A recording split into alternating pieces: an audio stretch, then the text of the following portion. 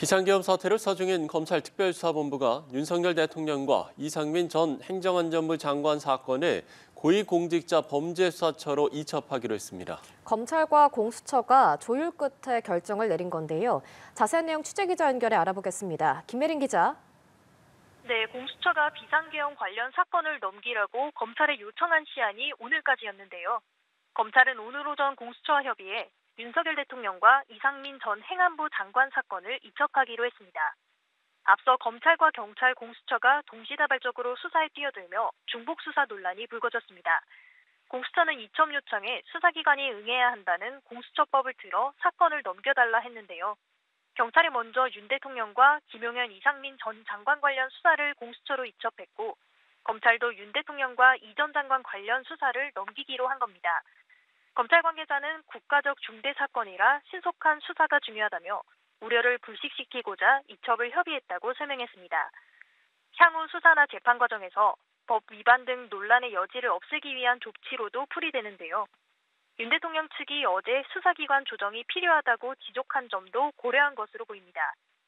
이에 따라 윤 대통령에 대한 소환 조사는 일단 공수처에서 진행될 전망입니다.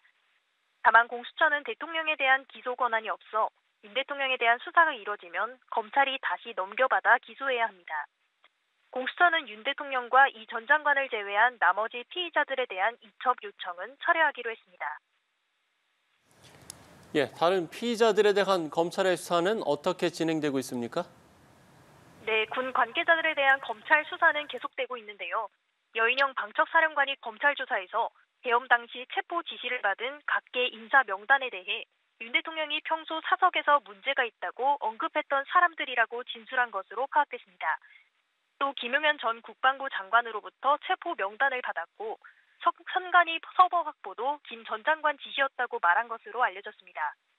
여 사령관은 윤 대통령이 작년 12월쯤부터 사적 모임 자리 등에서 시국을 걱정하면서 어려운 사회 문제를 해결하는 건 비상 조치밖에 없지 않느냐는 언급을 했다고도 진술한 것으로 전해졌습니다. 또 자신은 군인들이 복종할 것이란 보장이 없다는 이유로 계엄 선포를 만료했다고 주장한 것으로 알려졌습니다. 검찰은 오늘도 군의 핵심 관계자들을 잇따라 소환해 조사하고 있는데요. 계엄 당시 국회에 부대를 투입해 현장을 지휘한 김현태 707 특임반장, 정성호 국군 방첩사령부 1처장도 참고인 신분으로 소환돼 조사를 받고 있습니다. 지금까지 서울중앙지검에서 전해드렸습니다.